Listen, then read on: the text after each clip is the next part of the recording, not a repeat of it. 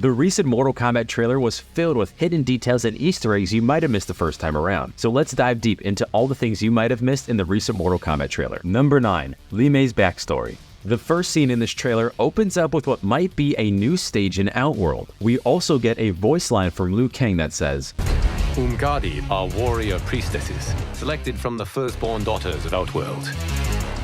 So it looks like Limey is a warrior priestess who protects Outworld's royal family. Mortal Kombat's Twitter page uploaded a bio of Limey that says, First Constable of the Sundo. As her parents' firstborn daughter, Limey was claimed by the Umgadi, the warrior priestesses who guard Outworld's royal family. Limey's service began with high expectations. Her early success caught the eye of the royal family, but it all fell apart when a terrible tragedy unfolded. Limey was blamed for this, and in the aftermath, she did the unthinkable. She quit the Umgadi. Friendless and alone, Limey needed a new purpose. She joined Sundo's Constables, the Outworld capital's rough and tumble police force. Over time, she became the first constable. Limey is glad to be the capital guardian. Still, she hopes one day to redeem herself. So it seems that on Limey's watch, King Jared actually died. And it got me thinking, and hear me out on this one. So Limey is portrayed as a good guy in the trailer. However, King Jared died on her watch. Did Limey purposely not take watch for King Jared to be assassinated? Is there some sort of plan that Limey is behind with the bad guys in the story? Which leads me to a point further down in this video. Number 8. Reiko and General Shao's army. In this next scene, it looks like both Limey and Liu Kang are surrounded by an army. If you take a closer look, both of these warriors have the same exact armor on, which we saw in previous trailers. And taking a further look at the details of this armor, it kind of reminds me of Reiko. So I'm assuming we might be seeing Reiko in this story scene or General Shao. Only time will tell. Number 7. Shinnok's amulet. The next scene shows us an interaction between Limey and Raiden. And if you take a closer look, you'll actually see Shinnok's amulet on Raiden's belt. But in the next scene, the amulet is no longer there. Is the amulet gonna have some sort of importance in the story? Number 6. 1v1 mode. Now we saw this in previous trailers when characters didn't seem like they had cameos behind them. Is this hinting that Mortal Kombat might have a game mode where it's just 1v1 without any cameos? Number 5. Chameleon. In a blink and you'll miss it scene, did we just see Chameleon? Take a closer look behind Tanya. This character perfectly resembles Chameleon. My guess here, if Chameleon is in Mortal Kombat 1, she'll probably end up as a cameo, but it'll still be interesting to see how she plays in the game. Number 4. Infected Mileena. In previous trailers, we already knew that Mileena was infected with this Kombat disease. However, in this next scene, it got me thinking, did someone purposely infect Mileena with this disease to get to her throne? Remember how I talked about Limey's backstory and her not taking watch with King Jared? What if Limey purposely gave Mileena this Kombat disease? It's a stretch, but I don't think Limey is the good guy in this story. I think she's teaming up with the bad guys. But let me know in the comments what you think. Number 3.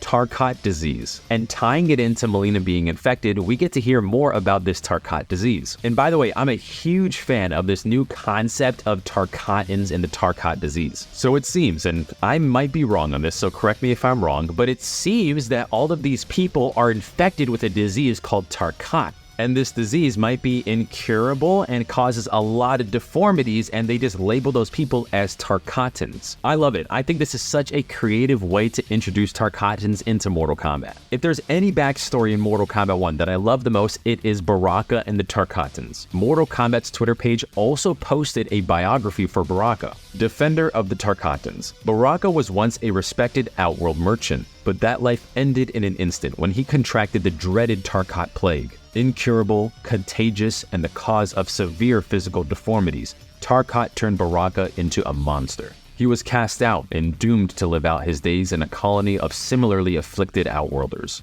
When Baraka first arrived, the colony was in disarray. His fellow Tarkatans had given up and were ready to die. Their hopelessness lit a fire in Baraka's heart. He spares no effort to better his fellow Tarkatans' lives. He knows that as long as he fights, he will never truly be a victim. Besides that bio being amazing, his gameplay is even better. Baraka actually looks like a lot of fun to play as. Number 2. Darius Cameo. Now, if you're not a huge Mortal Kombat fan, you probably didn't know who this was, but this character is known as Darius, and his first appearance was in Mortal Kombat Deception. Now, I'm not gonna lie, this was a character I was not expecting to make it into Mortal Kombat 1 whatsoever. I could list so many other 3D era characters that could make it into a cameo position over Darius, and in my roster prediction video, make sure to go check that out, I didn't even list Darius on there. But nonetheless, it is really cool to see Darius and other 3D era characters make it into Mortal Kombat 1, and it makes me super excited to see what other characters are going to make it into the game. Number 1. Combat Pack. And this Combat Pack has got a lot of people talking, and I'm not gonna lie, I was pretty shocked that a Combat Pack was released before we even knew who was on the main roster. I'm assuming it has to deal with all the leaks regarding this Combat Pack, but I'm not gonna lie, the only 3 people I remember from that leak was Omni-Man, Homelander, and Peacemaker, because those 3 stood out like a sore thumb. I was expecting leaks like Ghostface, Michael Myers, or Pennywise, not Homelander, Omni-Man, and Peacemaker. It's really cool to see that Peacemaker and Homelander are gonna go head to head. However, it does feel a little bit redundant in the sense that they're gonna have very similar playstyles. They're both like evil Superman in a way. Now I know Homelander has a lot more superpowers than Omni-Man, but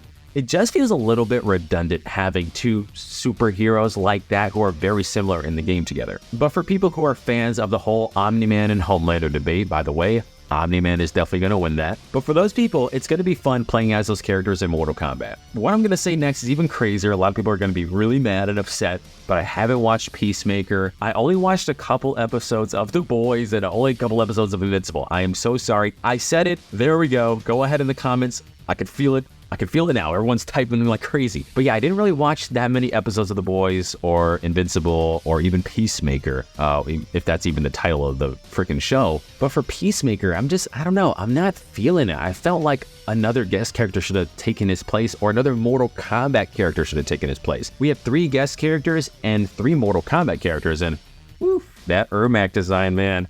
I don't know how I feel about that design. I think it looks like they're going back to the whole mummy thing from Mortal Kombat X, right? I mean, it's a cool thing, but like my very first thought was, okay, that's Collector. And then like I saw the green eyes and I was like, oh, that's Ermac. That's okay. I think what would have been a little bit better for that design was just to put a mask on him. But of course, they're gonna have alternate skins. They're gonna have many different skins for all these characters. And it was great to see Quan Chi and Takeda make it into the game. Takeda's design looks incredible, by the way. That looks really cool. And I was praying for Quan Chi to make it into Mortal Kombat 1. That way we can see Shang Tsung and Quan Chi go head to head or form a deadly alliance. I don't know how they're gonna fit that into the story, but it's really cool to see all these characters make it into Mortal Kombat. Let me know in the comment section below, what are your thoughts on this recent trailer and all the characters that were revealed?